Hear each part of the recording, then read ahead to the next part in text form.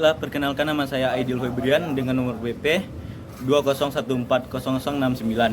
Di sini saya akan menjelaskan materi perkuliahan perencanaan komunikasi. Yang pertama, strategi komunikasi dalam perencanaan komunikasi.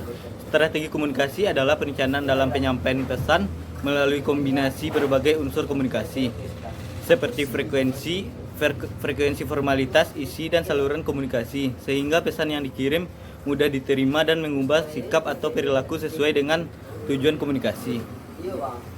Langkah-langkah strategi komunikasi itu mengenai kelayak, menentukan tujuan, menyusun pesan, memilih media, dan action. Hambatan strategi komunikasi menurut Rusian tahun 2003 adalah hambatan dalam proses penyampaian, hambatan secara fisik, hambatan semantik, dan hambatan psikososial. Yang kedua, langkah-langkah perencanaan komunikasi klasik dan kontemporer. Yang A, kultif dan center, adalah model proses public relation yang ketika muncul belum disebut sebagai model perencanaan komunikasi. Langkahnya seperti fact-finding, planning, dan communication. Yang B, belief legacy, organisasi yang menggerakkan kegiatan dalam publik yang menjadi sasaran kegiatan terbagi menjadi komponen organisasi dan komponen publik. Yang C, John Mitteleto diimplementasikan untuk kampanye sosial baik nasional maupun daerah. Model perencanaan komunikasinya ada 10 tahap, yaitu pengumpulan data baseline, perumusan tujuan komunikasi, analisis perencanaan, analisis kelayak, pemilihan media, desain, dan pengembatan pesan, perencanaan manajemen, pelaksanaan pelatihan, implementasi, dan evaluasi program. Yang D, berbasis knowledge, attitude, dan preset, digunakan untuk program kampanye kesehatan, pertanian, dan penyadaran masyarakat. Ada 3 tahapan, yaitu mencakup target, sasaran, pesan, dan saluran. Yang kedua, perencanaan untuk mendesain pesan, produksi media, dan uji coba. Dan yang ketiga, peningkatan mengetahui sikap dan perilaku target, sasaran yang diterapkan.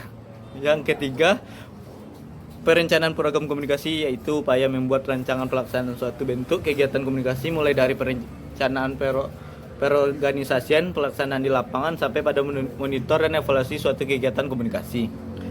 Yang keempat, ruang lingkup perencanaan program komunikasi. Yang pertama, ada bentuk kampanye yang terdiri dari human pemasaran, periklanan, dan penyuluhan pendidikan. Yang kedua, ada substansi masalah yang terdiri dari 9 bagian, yakni barang, jasa, human, perusahaan, komunikasi, keorganisasian, politik, kesehatan, pemasaran, layanan sosial, seni, pengembangan komunitas, dan penyuluhan pertanian. Di bagian ketiganya ada meliputi semua masalah yang hendak dikomunikasikan kepada publik.